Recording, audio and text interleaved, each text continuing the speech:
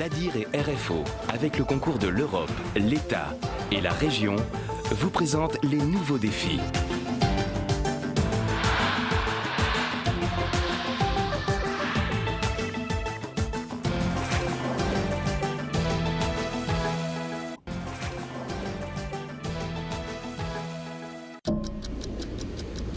Un soleil éclatant, un ciel pratiquement sans nuages, une mer d'huile sans houle.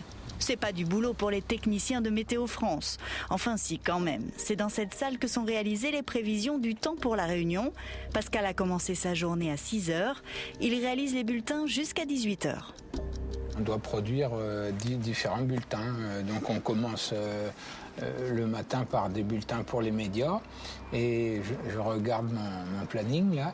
Ensuite, il y a quelques petits graphismes aussi qu'on envoie aux journaux sous forme de cartes de l'île avec des symboles qui matérialisent le temps sensible. Et pour établir les cartes, les prévisionnistes utilisent des modèles. Il s'agit en fait de prévisions faites par des ordinateurs, aux techniciens d'affiner sa propre prévision. Les modèles sont des cartes comme celle-ci qui viennent d'un calculateur qui se trouve en Europe. Il y a plusieurs modes de calcul et on essaye de choisir celui qui, selon la situation, se semble le plus correct, se rapprocher le plus des choses qu'on peut constater. Rien ne remplace l'observation au sol. En fait, tout est complémentaire. Pour certaines professions, les prévisions se doivent d'être justes. Pascal doit par exemple éditer des bulletins pour les grutiers.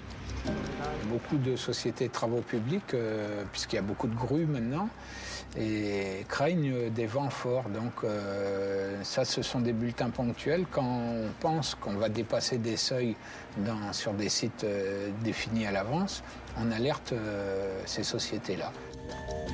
D'un autre côté, pas toujours facile d'être d'une précision infaillible à quelques kilomètres près. Les spécificités, c'est que c'est une île. Alors la prévision est quand même différente parce que c'est un petit point dans l'océan Indien. Et si on prévoit de la pluie sur l'île et qu'il n'y en a pas, et s'il y a de la pluie à 20 km à côté, pour le grand public, ça sera une mauvaise prévision. Tandis qu'en France, si on prévoit de la pluie sur Paris et qu'il y a de la pluie dans la banlieue parisienne, ça va.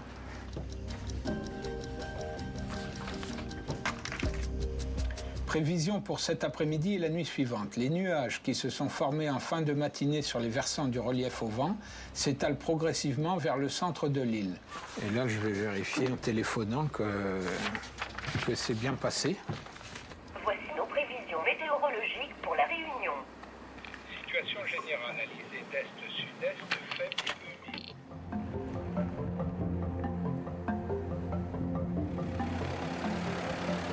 Au Colorado, cette énorme boule cache un radar, le plus performant de France.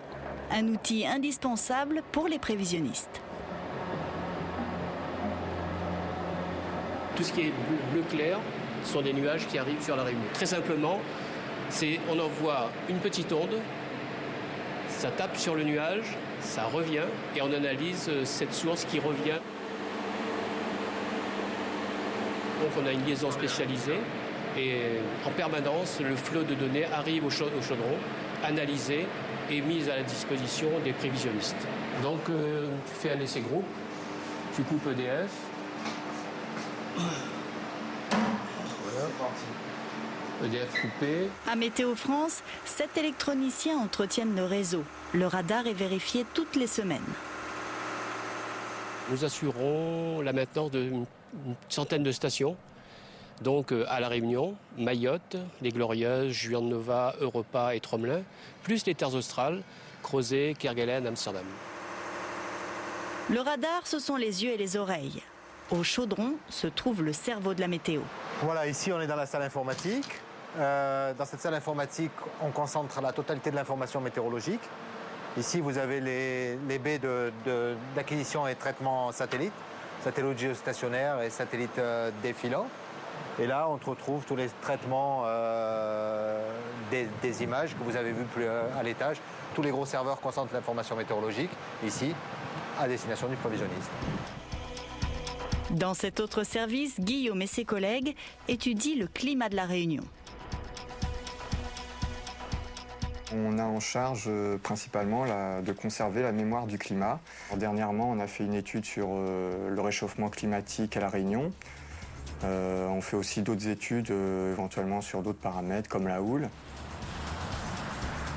Les points de mesure sont très importants sur l'île et qu'il faut les multiplier. C'est pour ça qu'on peut remercier aussi le réseau des bénévoles qui nous permettent justement d'avoir une meilleure connaissance du climat réunionnais.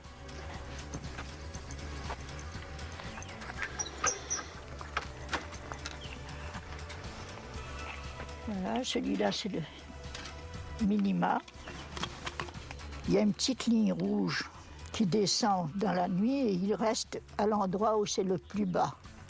À ce moment-là, on peut relever. Ça, c'est la température ambiante qui reste. Dans la fraîcheur du brûlé vit Aline. Elle est bénévole depuis 1971. Elle a pris la suite de son père.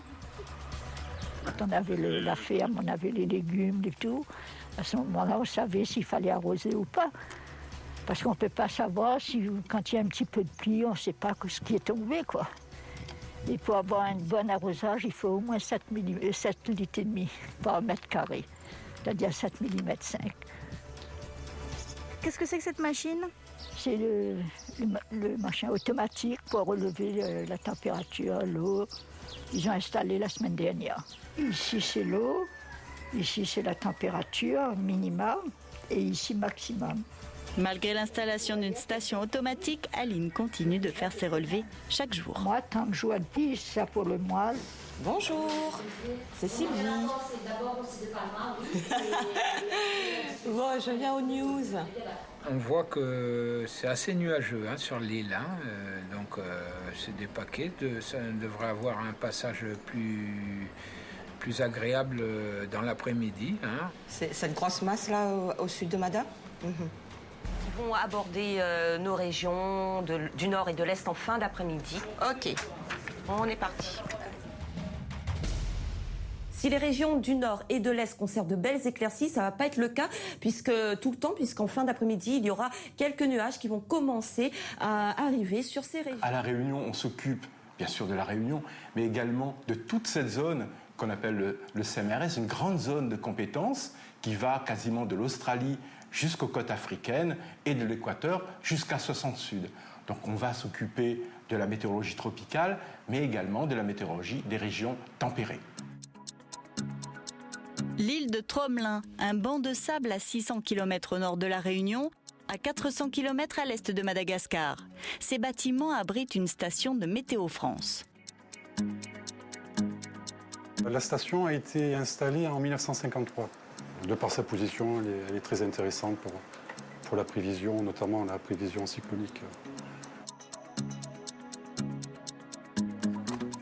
Et cette fois, c'est Joël qui part assurer la relève à Tromelin. Allez, bon séjour. Actuellement, on fait des missions 2 mois à peu près. Et on est amenés tous à faire 1 ou 2 missions par an. Il faut savoir que dans les années 50 et 60, les gens étaient amenés à faire des missions de 6 mois, dans des conditions beaucoup plus difficiles que maintenant. Sans partir à Tromelin, en bout de piste à l'aéroport Roland-Garros, on trouve une station de Météo France. Mais la prévision aéronautique qui est faite à Gillot concerne l'aérodrome de Gillot, bien sûr, mais également l'aérodrome de Saint-Pierre et de Pamandzi à Mayotte. On a 120 degrés d'INE, 21 degrés et QNH 1018 hectopascales. Nous fournissons à la tour de contrôle des données d'observation de façon très régulière, sous forme de messages d'observation toutes les heures et également sous forme de messages un peu plus précis lors de conditions météo dégradées. Ces informations météo servent à préparer les décollages et les atterrissages notamment.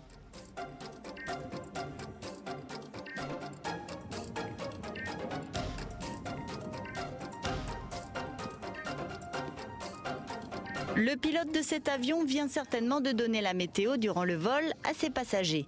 Des informations transmises par Béatrice. Ça lui permettra de voir ce qu'il va rencontrer au moins au départ sur la zone océan Indien, le temps qu'il va rencontrer avec éventuellement des turbulences. Sur terre, dans l'air et en mer, les prévisionnistes de Météo France à La Réunion couvrent une immense zone. Aujourd'hui, c'est Gilles qui fait la météo marine. On va des côtes de Madagascar jusqu'au 90 est et du 5 degrés sud jusqu'au 50e sud. Et il y a la zone côtière, c'est-à-dire qu'on donne l'état de la mer et du vent tout autour de l'île de La Réunion.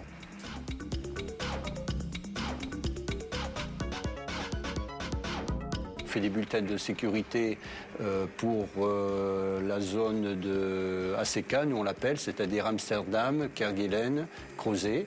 Là c'est un bulletin spécifique qu'on fait, qu'on rédige 2 fois par jour.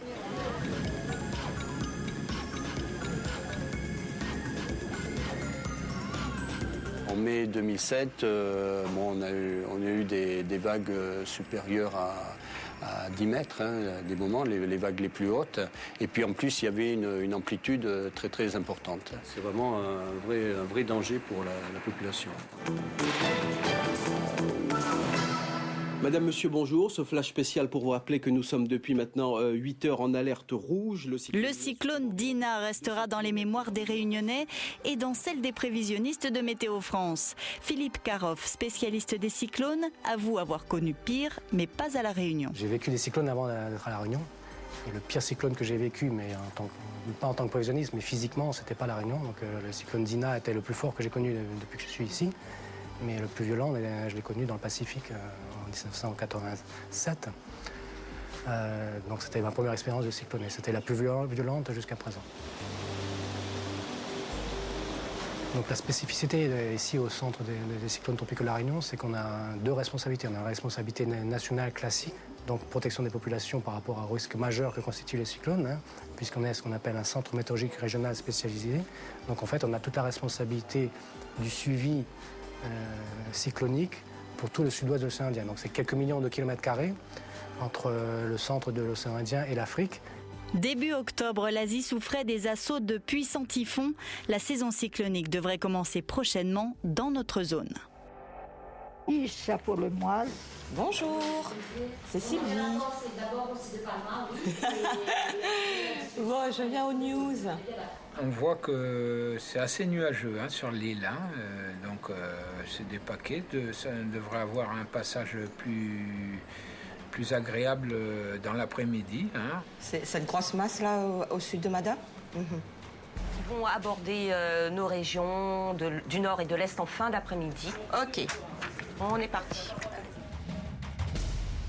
Si les régions du nord et de l'est conservent de belles éclaircies, ça ne va pas être le cas puisqu'en fin d'après-midi, il y aura quelques nuages qui vont commencer à arriver sur ces régions. À La Réunion, on s'occupe bien sûr de La Réunion, mais également de toute cette zone qu'on appelle le CMRS, une grande zone de compétences qui va quasiment de l'Australie jusqu'aux côtes africaines et de l'équateur jusqu'à 60 Sud.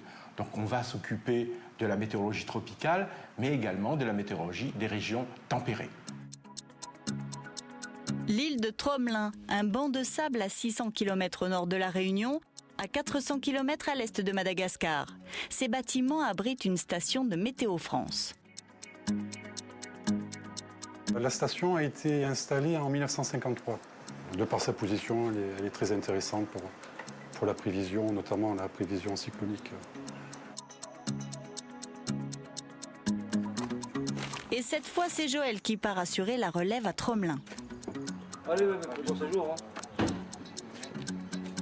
Actuellement, on fait des missions 2 mois à peu près. Et on est amenés tous à faire 1 ou 2 missions par an.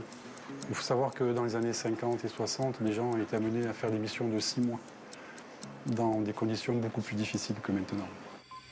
Sans partir à Tromelin, en bout de piste à l'aéroport Roland-Garros, on trouve une station de Météo France. Mais la prévision aéronautique qui est faite à Gilo concerne l'aérodrome de Gilo, bien sûr, mais également l'aérodrome de Saint-Pierre et de Pamandzi à Mayotte. On a 120 degrés 10 nœuds, 21 degrés et QNH 1018 hectopascales.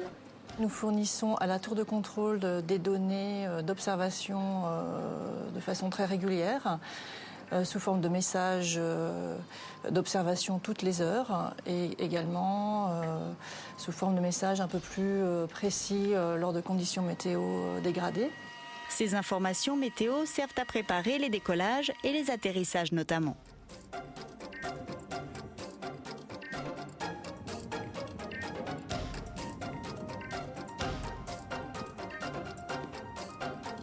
Le pilote de cet avion vient certainement de donner la météo durant le vol à ses passagers.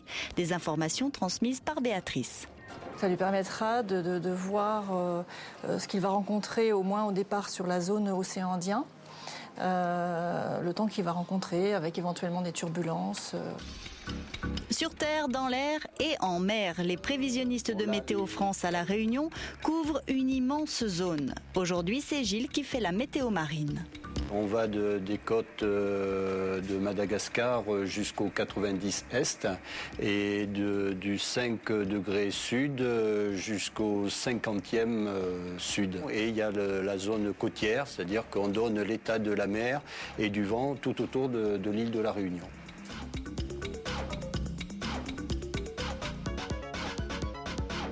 On fait des bulletins de sécurité pour la zone de ACK, nous on l'appelle, c'est-à-dire Amsterdam, Kerguelen, Crozet. Là c'est un bulletin spécifique qu'on fait, qu'on rédige 2 fois par jour.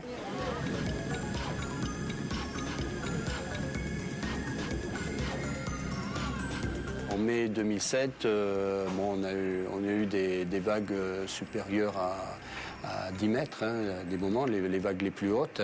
Et puis en plus, il y avait une amplitude très très importante. C'est vraiment un vrai danger pour la population. Madame, Monsieur, bonjour. Ce flash spécial pour vous rappeler que nous sommes depuis maintenant 8 heures en alerte rouge. Le cyclone Dina restera dans les mémoires des Réunionnais et dans celles des prévisionnistes de Météo France. Philippe Caroff, spécialiste des cyclones, avoue avoir connu pire, mais pas à La Réunion. J'ai vécu des cyclones avant d'être à La Réunion. Et le pire cyclone que j'ai vécu, mais pas en tant que prévisionniste, mais physiquement, c'était pas La Réunion. Donc le cyclone Dina était le plus fort que j'ai connu depuis que je suis ici. Mais le plus violent, je l'ai connu dans le Pacifique en 1987. Donc c'était ma première expérience de cyclone. C'était la plus violente jusqu'à présent. Donc la spécificité ici au centre des cyclones tropicaux de La Réunion, c'est qu'on a 2 responsabilités. On a la responsabilité nationale classique, donc protection des populations par rapport au risque majeur que constituent les cyclones, puisqu'on est ce qu'on appelle un centre météorologique régional spécialisé. Donc en fait, on a toute la responsabilité du suivi cyclonique pour tout le sud-ouest de l'océan Indien. Donc c'est quelques millions de kilomètres carrés entre le centre de l'océan Indien et l'Afrique. Début octobre, l'Asie souffrait des assauts de puissants typhons. La saison cyclonique devrait commencer prochainement dans notre zone.